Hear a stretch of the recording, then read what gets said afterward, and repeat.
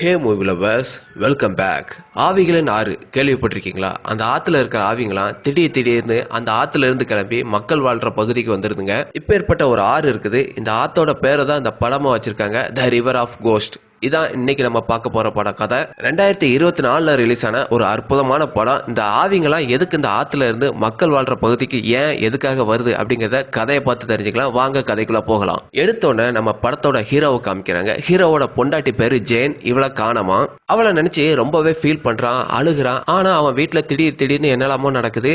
அதாவது ஸ்கிரீன்ல அங்கங்கே நகருது. யாரோ அந்த வீட்டுக்குள்ள இருக்கிற மாதிரி நம்ம ஹீரோக்கு ஃபீல் ஆகுது. ஜெயின், நீ இங்கதான் இருக்கிறியா? நீ இங்க இருக்கிற மாதிரி எனக்கு ஃபீல் ஆகுதுன்னு ஹீரோ சொல்றான். திடீர்னு ஒரு பெரிய ஃபோர்ஸ் வேகமா அவன் பின்னாடி இருந்து அவனை தூக்கி எரியுது. திடீர்னு அந்த வீட்டுல இருக்கிற லைட் எல்லாம் ஆஃப் ஆகி ஆன் ஆகுது. நம்ம ஹீரோக்கு அவன் முன்னாடி ஏதோ நிக்கிற மாதிரி ஃபீல் ஆகுது. இல்ல என்ன விட்டுருன்னு சொல்லுதான். மறுபடியும் அந்த ஃபோர்ஸ் அவனை தூக்கி எரியுது. அப்படி அடிபட்டு கீழே கிடக்கிற நம்ம ஹீரோவோட கண்ணுக்குள்ள இருந்து ரத்தமா வெளியே வருது. கொஞ்ச நேரத்துல வலிப்பு வந்துருது. வாயில இருந்து நுர தள்ளி அப்படியே துடிச்சு கிடக்குறான். அந்த டைம்ல தான் நம்ம படத்தோட டைட்டில போடுறாங்க, த ரிவர் ஆஃப் கோஸ்ட்னு. பேய்களின் ஆறு அப்படின்னு டைட்டிலையும் வச்சிருக்காங்க. அந்த ஆத்தையும் படத்தோட ஸ்டார்டிங்ல காமிக்கிறாங்க. அப்படி அடிபட்டு விழுந்து கிடக்கிற ஹீரோ காலையில ஆகி எந்திக்கிற. அப்படி லைட்டா எந்திக்கிறான். இப்பதான் தெரியுது அவன் சாகலன்னு. இப்போ முழிச்சு பார்த்தா ஹீரோவோட தலையிலையும் பயங்கரமா அடிபட்டு இருக்கு. அவன் முட்டிலையும் அடிபட்டு ரத்தம் பயங்கரமா வந்துகிட்டு இருக்கு. அவன் பெயின் கில்லர்லாம் போட்டுக்கிறான். அப்படி அந்த பக்கம் பார்த்தா அந்த சிட்டியோட ட்ரெஷரர், அதாவது பொருளாளர், இன்னும் சொல்ல போனா அந்த சிட்டியோட நிதியமைச்சர் பொண்டாட்டிக்கு முதுகுவலின்னு அவளோட ஃப்ரெண்டு கிட்ட சொல்லிக்கிட்டு இருக்கா. அந்த ஃப்ரெண்டு என்ன சொல்றானா, இந்த ஏரியால ஒரு டாக்டர் இருக்கானா, டாக்டர் இல்ல ஹிப்னோதெரபிஸ்ட்னு சொல்லிக்கலாமா, அவரு எல்லா வழியுமே சரி பண்றா, நீ எதுக்கும் ஒரு வாட்டி அவரை போய் பாருன்னு சொல்றா. அப்படி இந்த பக்கம் நம்ம ஹீரோவை காமிக்கிறாங்க. அப்படி பயங்கரமா முந்தின நாள் அடிவாங்கின ஹீரோ எந்திரிச்சு ஒரு வழியா சாப்பிட வந்துருதான். அப்படி அடுத்த பக்கமா அந்த ஹிப்னோதெரபிஸ்ட் டாக்டரை காமிக்கிறாங்க. அவர் யார் வந்தாலுமே ஹிப்னோடைஸ் பண்ணி அவங்க உடம்புல இருக்கிற வலியெல்லாம் சரி பண்ணிடுவார் போல.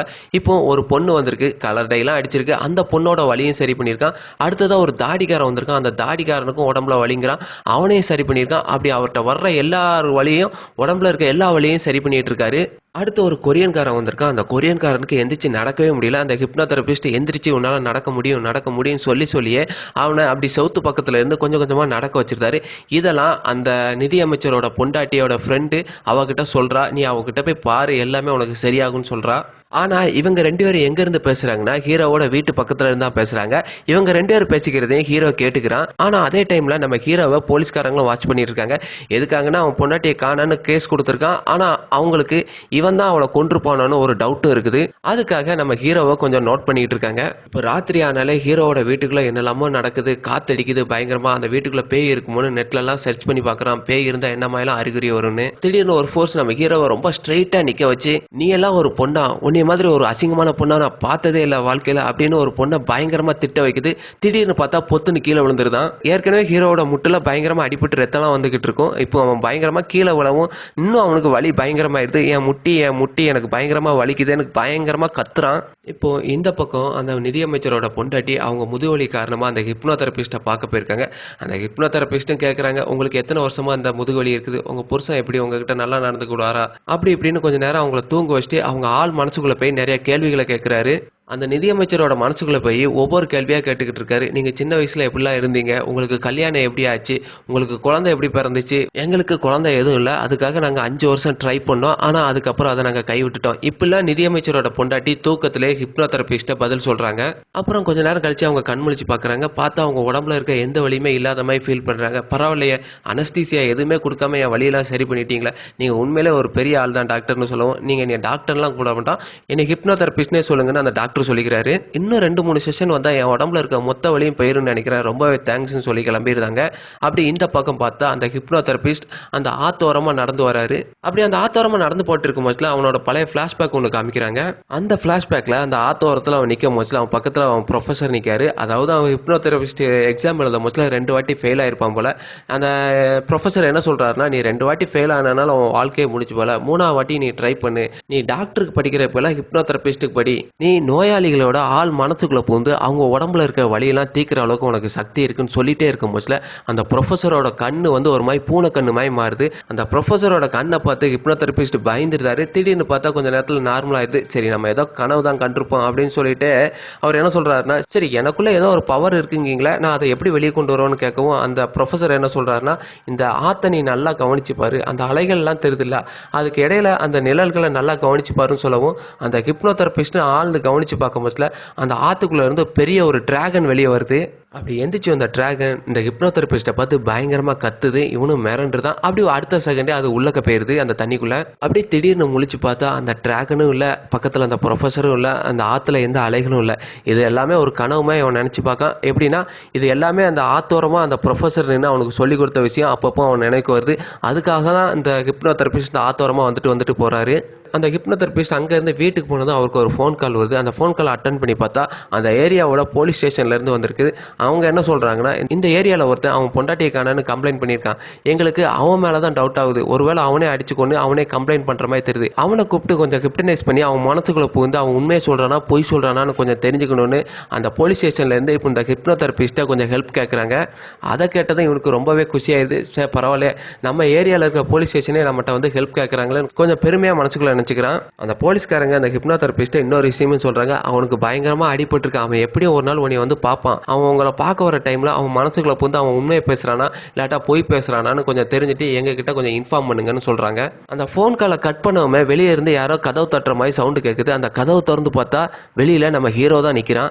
தலையிலலாம் கெட்டு போட்டு பயங்கரமாக நடக்க முடியாமல் வந்து நிற்கிறான். இப்போ அவனை உட்கார வச்சு கேட்குறாரு. அவனும் ஒவ்வொன்றா சொல்கிறான். ராத்திரி ஆனால் எனக்கு என்னென்னலாமோ நடக்கு, என் வீட்டில் யாரோ இருக்கிற மாதிரி ஃபீல் ஆகுது, பயங்கரமாக உடம்புலாம் வலிக்குன்னு சொல்லவும் இப்போ அந்த ஹிப்னோதெரபிஸ்ட் ஹீரோவை ஒரு சோஃபால படுக்க வச்சுட்டு அவன் மனசுக்குள்ள வந்து ஒவ்வொரு கேள்வியா கேட்கிறாரு. இப்போ ஹீரோவோட ஆள் மனசுக்குள்ள போய் பார்த்தா ஹீரோவோட பொண்டாட்டி அந்த ஆத்தோரமா நின்றுட்டு நானா இல்லாட்டா அவளா இப்பவே முடிவு பண்ணுங்கன்னு பலாருன்னு அவன் கண்ணத்துல ஒரு அரைகிறா. ஹீரோ கத்துறான், அலறான், திடீர்னு முழிச்சிடான். ஒன்றும் பிரச்சனை இல்லை, படுத்துக்கிடுங்கன்னு அந்த ஹிப்னோதெரபிஸ்ட் கொஞ்சம் ஆறுதல் சொல்லிக்கிறான். ஒன்றும் பிரச்சனை இல்லைன்னு உட்கார வச்சு உங்க வீட்டில் தானே இந்த பிரச்சனைலாம் நடக்குது, சரி இந்த முட்டி வலி உங்களுக்கு எப்போ இருந்து இருக்குன்னு கேட்கவும் அப்போ ஒரு ஃபிளாஷ்பேக்கை காமிக்கிறாங்க. நம்ம ஹீரோ அந்த ஆத்தோரமா ஓடிட்டு இருக்கான். திடீர்னு ஏதோ ஒரு கல்லு தட்டி கீழே விழுந்துருதான். மூச்சில் ஒரு பெரிய பீங்கா அவனோட முட்டில் குத்திடுது. இந்த பிளாஷ்பேக்லாம் சொல்லிட்டு இருக்கும் போதுல ஹீரோ திடீர்னு கீழே விழுந்து வலிப்பு வந்த மாதிரி துடிச்சிட்டு கிடக்கிறான். இதை பார்த்து அந்த ஹிப்னோதெரபிஸ்ட் அவனை மறுபடியும் அந்த சோஃபால படுக்க வச்சு கொஞ்சம் தூங்க வச்சிருந்தாரு. மறுபடியும் எந்திரிச்சதும் ஹீரோ சொல்றான், எனக்கு வலிலாம் கொஞ்சம் குறைஞ்ச மாதிரி ஃபீல் ஆகுது, இது உண்மையிலே கொஞ்சம் பவராக தான் இருக்குது. இப்போ ஹீரோ முழு சுயநினைவோட அந்த வீட்டில் என்னெல்லாம் அமானுஷமா நடக்குது அப்படிங்கிறத அந்த ஹிப்னோதெரபிஸ்ட்டை சொல்றாரு. அவரும் கொஞ்சம் நோட்ஸ்லாம் எடுத்துக்கிறாரு. சரி இந்த பிரச்சனையெல்லாம் தீர்க்கணும்னா நான் அவங்க வீட்டுக்கு வரணும்ட்டு அந்த ஹிப்னோதெரபிஸ்ட் ஹீரோவோட அவன் வீட்டுக்கே போயிருந்தாரு. இவங்க ரெண்டு பேரும் வீட்டுக்குள்ள போறத அங்க இருந்த ஒரு போலீஸ்காரர் நோட் பண்ணிக்கிட்டே இருக்காரு. வீட்டுக்குள்ள போய் பார்த்தா எல்லாமே கண்ணா பண்ணான்னு ரொம்ப கேவலமா இருக்கு வீடு. இப்போ ரெண்டு பேரும் உட்காந்து பேசிட்டு இருக்காங்க. திடீர்னு அந்த வீட்டுக்குள்ள ஏதோ ஒரு சத்தம். நம்ம ஹீரோவோட கண்ணு அப்படியே மறுபடியும் சிகப்பாகுது. ஏதோ ஒரு ஃபோர்ஸ் அவனை தூக்கி அப்படியே அந்தரத்துல தொங்க விட்டு இருக்குது. அதை பார்த்த ஹிப்னோதெரபிஸ்ட் அரண்டு போயிருந்தாரு. அந்த வீட்டுல இருக்கிற லைட் எல்லாம் விட்டு எரியுது. அப்படி அந்தரத்துல தொங்கிட்டு இருக்க நம்ம ஹீரோ திடீர்னு கீழே விழுந்துருதான். அப்படி கீழே விழுந்ததும் மறுபடியும் அவன் முட்டியில அடிபட்டுது. அந்த வீட்டை சுத்தி இருக்கிற ஜன்னல், கதவு, கண்ணாடி எல்லாமே தெரிக்குது. அந்த வீட்டுல இருக்க பொருட்கள் எல்லாமே தானா நகருது. அப்போதான் அவங்க ரெண்டு வயசுக்கும் ஒரு விஷயம் தெரியுது, இந்த வீட்டில் ஏதோ ஒரு ஃபோர்ஸ் இருக்குன்னு. ரெண்டு பேரும் அந்த வீட்டை விட்டு தெரிச்சு போய் வெளியே ஓடி வராங்க. வெளியே அந்த போலீஸ்காரரு என்னாச்சு தம்பின்னு கேட்கவும் அப்படி அங்கே கட் பண்ணி அடுத்த சீனா மறுநாள் அந்த போலீஸ்காரரு ஹிப்னோதெரபிஸ்ட் கால் பண்ணி ஏன் எதுக்காக நேற்று நைட் அப்படி தெரிச்சு போய் ஓடி வந்தீங்க கேட்கவும், இல்லை அந்த வீட்டில் நிறைய அமானுஷங்கள் இருக்குது, அதெல்லாம் இப்போ உங்களுக்கு சொன்னால் புரியாது, நான் கொஞ்ச நாள் நோட்ஸ் எடுத்துட்டு அது எல்லாத்தையும் உங்களுக்கு கிளியராக உங்களுக்கு சொல்கிறேன்னு சொல்லிட்டு மறுபடியும் அந்த ஹிப்னோதெரபிஸ்ட் அந்த ஆத்தோரமாக நடந்து போகிறான். அப்படி அந்த ஆத்தோரமாக நடந்துட்டு இருக்கும் போதுலேயே மறுபடியும் அந்த ப்ரொஃபஸர் அந்த இடத்துக்கு வராரு. அவர்கிட்ட சொல்கிறான், எல்லாரும் என்னைய கொஞ்சம் மாயக்கார டாக்டர்னு சொல்றாங்களா, வலியை குணப்படுத்துறாராம், ஆனா எப்படி பண்றாருன்னு தெரியல அப்படிங்கிற மாதிரிலாம் பேசுறாங்கன்னு சொல்லிட்டு இருக்காரு. அதுவும் இல்லாம அந்த பேயெல்லாம் இருக்கிற உண்மைதான் போல, நேற்று ஒரு சம்பவத்தை என் கண்ணால நான் பார்த்தேன், அதெல்லாம் இல்லை, நீ இப்போ இந்த கேஸை விசாரிச்சுட்டு இருக்கல, இந்த விசாரணை எந்த இடத்துல இருக்குது. அவனுக்கு சரியா பதில் சொல்ல தெரியல, குழம்பி பேசுறான். நீ இப்போ உண்மையை பக்கத்துல இருந்து பார்க்காத, கொஞ்சம் தூரத்துல இருந்து பாரு, உனக்கு ஈஸியா புரியும் சொல்றாங்க. அப்படியே கட் பண்ணி இந்த பக்கம் பார்த்தா அந்த நிதியமைச்சரோட ஃபேமிலியை காமிக்கிறாங்க. நிதியமைச்சரும் அவரோட பொண்டாட்டியும் சாப்பிட்டுட்டு இருக்கும் போதுல அவங்க பொண்டாட்டி என்ன சொல்றாப்லன்னா, எனக்கு உடல் வலிலாம் பயங்கரமா இருந்துச்சு, நான் ஒரு டாக்டர்கிட்ட போனேன், அவர் டாக்டரே இல்லை, ஹிப்னோதெரபிஸ்ட் தான், அவர் எந்த வித மருந்து மாத்திரையே கொடுக்காம என் உடம்புல இருக்கிற வலியெல்லாம் தீர்த்துட்டாரு அப்படின்னு சொல்லவும், அதெல்லாம் பொய், அதெல்லாம் நீ நம்பாதான்னு சொல்லவும், அது எப்படி எனக்கு உடம்புல இருந்த வலியெல்லாம் அவர்கிட்ட போனதுக்கு அப்புறம் தான் தீர்த்துருக்கு, இது எப்படி நீங்க பொய்ன்னு சொல்றீங்க அப்படின்னு கேட்குறா.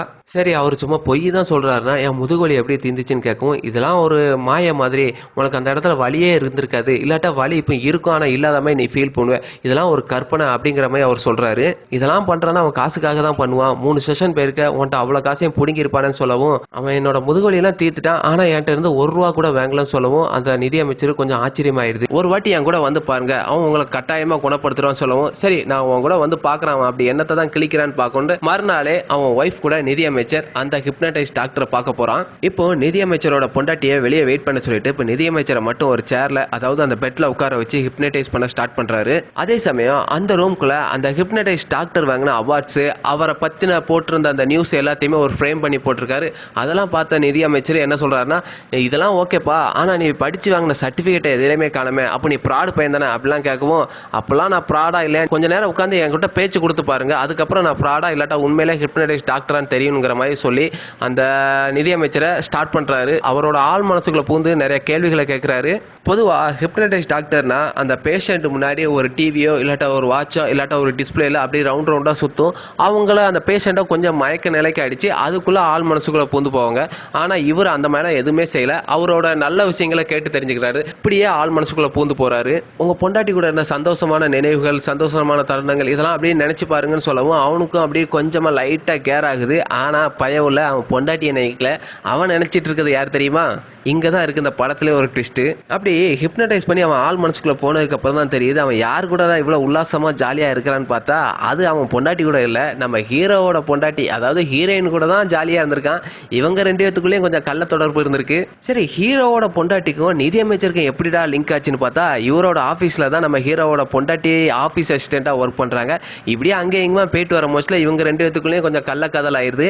இப்போ அவங்க ரெண்டு பேத்துக்குள்ள இருக்கிற ஒவ்வொரு விஷயங்களா சொல்றாரு. நான் எப்போதுமே அவள் வீட்டு பக்கத்திலே போக மாட்டேன், தெருமுக்கில இருந்தே அவளை பிக்கப் பண்ணிக்கிடுவேன். அன்னைக்கு ஒரு நாள் என் வீட்டு வாசலுக்கே வந்து என்னை பிக்கப் பண்ணிக்கன்னு சொல்லவும் நானும் என்ன ஏதுன்னு தெரியாமலே அவள் வீட்டு வாசலில் போய் பிக்கப் பண்ணிட்டேன். காரில் ஏறினதா அவள் சொல்றா, இப்போ என்னால் ஓப்பனாக பேச முடியல, நான் வேலையெல்லாம் முடிச்சுட்டு ஈவினிங் நம்ம எப்போதும் சந்திக்கிற அந்த ஆத்தோரமாக வரேன், நீங்கள் அங்கே வந்து என்னை பிக்கப் பண்ணிக்கிறேன்னு சொல்லவும் அவள் பேசினபடியே ஒரு ஈவினிங் 3 o'clock போல் அந்த ஆத்தோரமாக வந்து நிற்கிறா. அவனும் அந்த நிதியமைச்சரும் வந்து அவளை கொஞ்சம் ஹக் பண்ணிக்கிறான், அதாவது கட்டி பிடிச்சிக்கிறான் கொஞ்சம். இதே ஆத்தோரமாக தான் அந்த ஹிப்னடைஸ் டாக்டரும் அவரோட ப்ரொஃபஸரை அடிக்கடி மீட் பண்ணிக்கிடுவார். இவங்க ரெண்டு பேரும் இப்போ அதே ஆத்தோரமாக தான் வந்து நிற்கிறாங்க. அதாவது இவங்க ரெண்டு பேரும் பேசி பழக ஆரம்பிச்சு இன்னையோட 3 வருஷம் ஆகுது அப்படிங்கிற மாதிரி அவ சொல்றா. ஆனா கரெக்டா இந்த மாதிரி கணக்கு வச்சு பேசுறதெல்லாம் பொண்டாட்டிமார்களால தான் முடியும். அந்த நிதியமைச்சர் ஹீரோயின்ட்ட கேட்கிறாரு, என்னது 3 வருஷம் ஆகுதா, இதெல்லாம் ஏன் கணக்கு பண்ணி வச்சிருக்கேன்னு கேட்கிறாரு. இப்போ ஹீரோயின் நிதியமைச்சர்ட்ட அடுத்த ஒரு குண்டை தூக்கி போடுறா, நான் பிரெக்னெண்டா இருக்கேன், இப்போ நீ முடிவு பண்ணு, உன் பொண்டாட்டியா இல்லாட்டா நான் வேணுமான்னு முடிவு பண்ணுன்னு கொஞ்சம் சண்டை போட்டுக்கிற மாதிரி பேசுறா. நிதியமைச்சர்ட்ட ஹீரோயின் கேட்ட இந்த கேள்விதான் ஹீரோக்கு கனவுல அடிக்கடி ஹீரோயின் வந்துட்டு கேள்வியா கேட்கிற மாதிரி தெரியும். அதாவது நான் வேணுமா இல்லாட்டா அவ வேணுமா, இப்பமே முடிவு பண்ணு அப்படிங்கிற மாதிரி ஹீரோயின் ஹீரோட்ட அடிக்கடி கனவுல கேட்கிற மாதிரி தெரியும். நிதியமைச்சர் ஹீரோயின்ட்ட என்னை என் பொண்டாட்டி விட்டு வரணும்னு சொல்றிய, நீ உன் புருஷனை விட்டு வர்றதுக்கு தயாரா இருக்கியான்னு கேட்கவும், ஆமா நான் தயாரா தான் இருக்கேன், அதான் நான் சொல்றேன்ல நான் பிரெக்னெண்டா இருக்கேன்னு சொல்லவும், நீ என்னது என்னாலதான் பிரெக்னெண்டா இருக்கியா, ஏன் உன் புருஷனால நீ பிரெக்னென்ட் ஆகலையா அப்படின்னு கேட்கவும் நிதியமைச்சர் ஹீரோயினோட கேரக்டரை அசிங்கப்படுத்துறாரு. அவளுக்கு பயங்கரமா கோபமாகுது. பொலிர்னு ஒரு அரைகிறா, என் புருஷனால குழந்தைய பெற்றுக்க முடியாதுன்னு உனக்கும் தெரியும், இந்த கேள்வி எப்படியா என்னை பார்த்து கேட்கறேன்னு பொலிர்னு அரைகிறா, சண்டை போட்டுக்கிறா.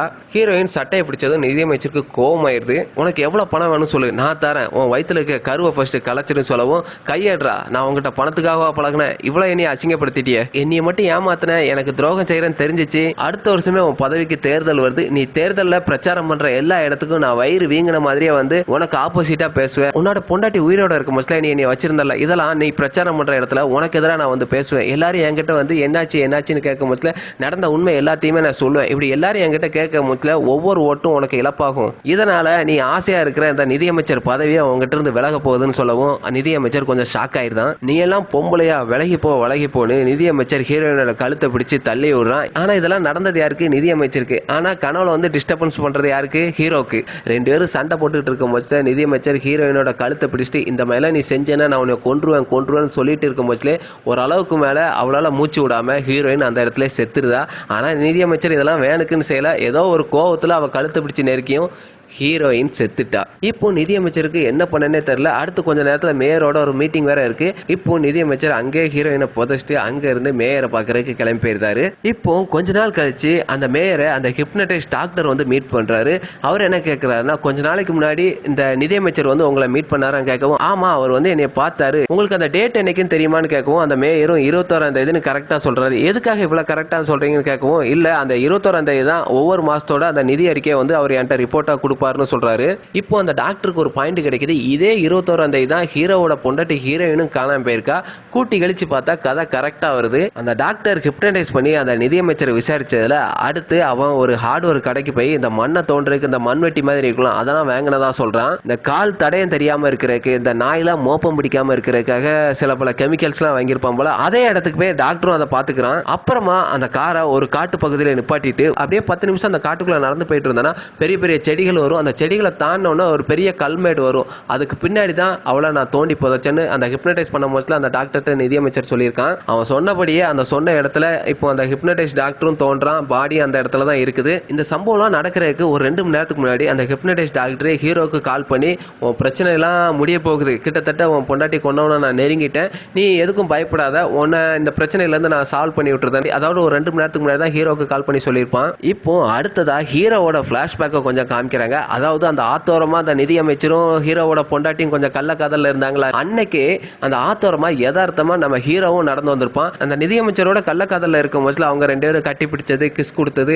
அதுக்கப்புறமா அவங்க சண்டை போட்டது எல்லாத்தையுமே கொஞ்சம் தூரத்துல இருந்து அவன் பார்த்துக்கிட்டே இருந்திருக்கான். ஹீரோயின் சொல்லியிருப்பாளா தான் புருஷனால குழந்தை பத்துக்க முடியாதுன்னு சொல்லுவாள். அதெல்லாம் கேட்டு ஹீரோவுக்கு ஒரு மாதிரி ஆயிருது. ஒரு கட்டத்துக்கு மேல நிதியமைச்சர் ஹீரோயினோட கழுத்தை பிடிச்சி நெரிக்கும் போதுல ஹீரோ வந்து அவளோட பொண்டாட்டியை காப்பாத்திருக்கலாம். ஆனா ஹீரோயின் பேசுற எல்லாம் கேட்கும் போதுல ஹீரோக்கு கொஞ்சம் அதிர்ச்சியா தான் இருக்கும். சரி இவ்வளவு நாள் நமக்கு துரோகம் தானே பண்ணிருக்கா, சாகட்டும் கழுதுன்னு அவ செத்ததுக்கு அப்புறம் அங்க இருந்து கிளம்பி ஓடிருந்தான். பயந்து போய் ஓடி இருப்பான். இப்போ வீட்டுல வந்து காப்பாற்ற முடிஞ்சு நம்மளால காப்பாற்ற முடியலையேன்னு கதறி கதறி அழுதுகிட்டு இருக்கான். அப்படி அவன் காப்பாற்ற முடிஞ்சும் பொண்டாட்டியை காப்பாற்ற முடியாதனாலதான் அவளோட ஆவி நைட் வந்து அவனை டிஸ்டர்ப் பண்ணுது போல. இப்பவும் அப்படி கதறி கதறி அழுதுட்டு இருக்கும் போதுல திடீர்னு அவன் பொண்டாட்டியோட ஆவி அவன் முன்னாடி வந்து நின்று என்னை காப்பாற்ற முடிஞ்சு என்னை காப்பாற்றாம போயிட்டியே, எதுக்காக, நான் உன்னை சும்மாவே விட மாட்டேன்னு அவனை கொஞ்சம் மிரட்டிட்டு நைட் அங்கிருந்து கிளம்பிடுது. அப்படி இந்த பக்கம் பார்த்தா அந்த டாக்டர் ஒரு வழியா தோண்டி அந்த பாடியை எடுத்துட்டாரு.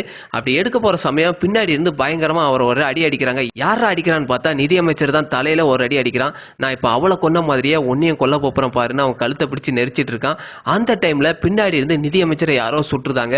சுட்டது யாரு, சாட்சாத் நம்ம ஹீரோ தான். இப்போ ஹிப்னோதெரபிஸ்டையும் காப்பாத்திட்டாரு. அப்போ எனக்கு தைரியம் இல்லை என் பொண்டாட்டியை காப்பாத்துறதுக்கு, நான் ஓடிட்டேன். இப்போ எனக்கு தைரியம் இருக்கு, இப்போ நான் ஓடலை, அதனாலதான் உன்னை காப்பாத்திட்டேன்னு சொல்றான். இதெல்லாம் ராத்திரி நடந்த கூத்து. இந்த ஹிப்னோதெரபிஸ்ட் போலீஸ்ட எல்லாத்தையும் இன்ஃபார்ம் பண்ண அந்த போலீஸ் டீமு காலையில அந்த இடத்துக்கு வந்து ஆதாரத்தை எல்லாத்தையும் கனெக்ட் பண்ணிக்கிறாங்க. அப்படி ஒரு போலீஸ்காரு ஹிப்னோதெரபிஸ்ட வந்துட்டு பரவாயில்லையே இந்த ஹிப்னோடெக்கை வச்சு ஒரு கொலையை அசால்ட்டா கண்டுபிடிச்சிட்டீங்களா, ஒரு கொலையை இப்போ 2 கொலையை கண்டுபிடிச்சிட்டீங்களா, ரொம்பவே நன்றின்னு சொல்றாரு. உங்க நிலைமையில வேற யாரும் இருந்தா அந்த கேஸை சால்வ் பண்ணிருக்க மாட்டாங்க. நீங்க இந்த கேஸுக்காக எடுத்த நோட்ஸ் ஃபைல்ஸ் எல்லாத்தையுமே எங்களுக்கு கொடுத்தீங்கன்னா அந்த கேஸை க்ளோஸ் பண்றதுக்கு கொஞ்சம் ஹெல்ப்ஃபுல்லா இருக்கு கேட்கும்.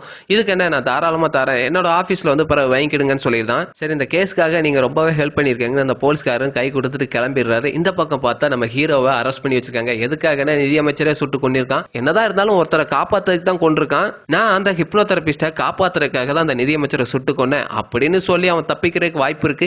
இருந்தாலும் அவன் பொண்டாட்டியே நிதியமைச்சர் கொல்ல முச்சுல ஒரு பக்கம் இருந்து பார்த்துக்கிட்டே தான் இருந்திருக்கான். அவன் காப்பாற்ற முடிஞ்சு காப்பாற்றாம தான் விட்டுருக்கான். இதுக்காக அவனுக்கு ஜெயில் தண்டனை கிடைக்கிறதுக்கும் வாய்ப்பு இருக்கு. ஆனா இதெல்லாம் போக அந்த நிதியமைச்சர் அவன் பொண்டாட்டியை கொன்னதை பார்த்தும் வெளியே சொல்லாம இருந்திருக்கான்ல, இதுக்காக அவனுக்கு ஒரு 6 மாசம் தண்டனை கிடைக்கிறதுக்கு வாய்ப்பு இருக்கு. எது எப்படியோ நம்ம ஹீரோக்கு இப்போ ராத்திரி அவ பொண்டாட்டி வந்து கனவுல டிஸ்டர்ப் பண்ணுவாள். கனவுல இல்ல அவன் முன்னாடி வந்து கொஞ்சம் பயன்படுத்துற மாதிரி டிஸ்டர்ப் பண்ணுவாள். அதெல்லாம் இப்போ வர்றதில்ல. கூடவே அவனுக்கு அடிக்கடி வர்ற அந்த மூட்டு வலியும் இப்போ வர்றதில்ல. எல்லாத்துலயும் இருந்து கொஞ்சம் ரிலீவ் ஆயிட்டான். எப்போ அந்த டாக்டரை காப்பாத்துறதுக்கு நிதியமைச்சரே துணிஞ்சு சுட்டு கொண்டானோ அப்போவே அவனுக்கு இருந்த அந்த பயம்லாம் போயிடுச்சு. அந்த உடல் வலி அந்த மூட்டு வலி எல்லாமே போயிடுச்சுன்னு அந்த டாக்டர் சொல்றாரு. ஸோ இப்போ அந்த ஹிப்னோதெரபிஸ்ட் ஒரு டாக்டராகவும் சாதிச்சு காமிச்சிட்டான். அப்படியே வீட்டுக்கு போனா அவனுக்கு ஒரு பார்சல் வந்திருக்கு. அந்த பார்சலை ஓப்பன் பண்ணி பார்த்தா அவன் டாக்டருக்கு ஏதோ ஒரு எக்ஸாம் எழுதியிருக்கான் 3வது டைம். இப்போ அந்த எக்ஸாம்லேயே அவன் பாஸ் ஆயிருக்கான். அதாவது அந்த நிதியமைச்சர் சொல்லியிருப்பான்ல அவன்கிட்ட சர்டிஃபிகேட்டே இல்லைன்னு சொல்லியிருப்பான்ல, இப்போ அவனுக்கு சர்டிஃபிகேட்டும் வந்துட்டு அந்த சர்டிஃபிகேட்டை எடுத்து செவுத்துலேயே மாட்டிதான். அந்த டைமில் நிதியமைச்சரோட பொண்டாட்டி இங்கே வந்துருதா. நிதியமைச்சரோட பொண்டாட்டி அந்த டாக்டரை காட்டு கத்துறா, அடிக்கிற கோடி வரா. கூட வந்து அவள் ஃப்ரெண்டு தான் அவளை அடிக்க விடாம இழுத்து வச்சுக்கிறா. ஆனால் நிதியமைச்சரோட பொண்டாட்டி அடங்குறாப்ல இல்லை, நீ ஒரு கொலகார, என் புருஷனை கொன்னுட்டேன்னு கத்துறா. நான் எனக்காக உடல் வலின்னு வந்தா நீ என்னையே தானே விசாரிச்சிருக்கணும், தேவையில்லாம என் புருஷனை விசாரிச்சு அவனை ஹிப்னடைஸ் பண்ணி நீ இப்போ அவனை இல்லாமலே பண்ணிட்ட, அவனை கொலையே செஞ்சுட்ட, நீயும் ஒரு கொலகாரன்னு அந்த டாக்டரை அந்த நிதியமைச்சரோட பொண்டாட்டி பயங்கரமா கண்ணா பண்ணான்னு திட்டுறா. ஸோ அந்த ஹிப்னோதெரபிஸ்ட் என்னதான் அடுத்தவங்களை காப்பாற்றி ப்ளஸ்ன்னு பார்த்தாலும் இந்த மாதிரி நிறைய நெகட்டிவ்லாம், அதாவது விரோதிகளை நிறைய சம்பாதிக்க வேண்டியிருக்கு. அந்த கூட வந்த ஃப்ரெண்டும் நிதியமைச்சரோட பொண்டாட்டி அங்கிருந்து எடுத்துட்டு போயிருது. அப்படியே கட் பண்ணா அடுத்து அந்த ஹிப்னோதெரபிஸ்ட் எப்போதும் அந்த ஆத்தோரமா நடந்து வருவார்ல, அதே ஆத்தோரமா அப்படி நடந்து வரும் போதுல வழக்கம் போல வர்ற அந்த ப்ரொஃபஸரும் வராரு. எதுக்காக அந்த ஹிப்னோதெரபிஸ்ட் அந்த ஆத்தோரமா வர்ற டைம்லலாம் அந்த ப்ரொஃபஸர் வராருன்னா, ஆக்சுவலாக ஒரு ப்ரொஃபஸரோட வேலை என்ன, ஒரு ஸ்டூடெண்ட்டை நல்லா படிக்க வச்சு அவனை டிகிரி முடிக்க வைக்கணும்.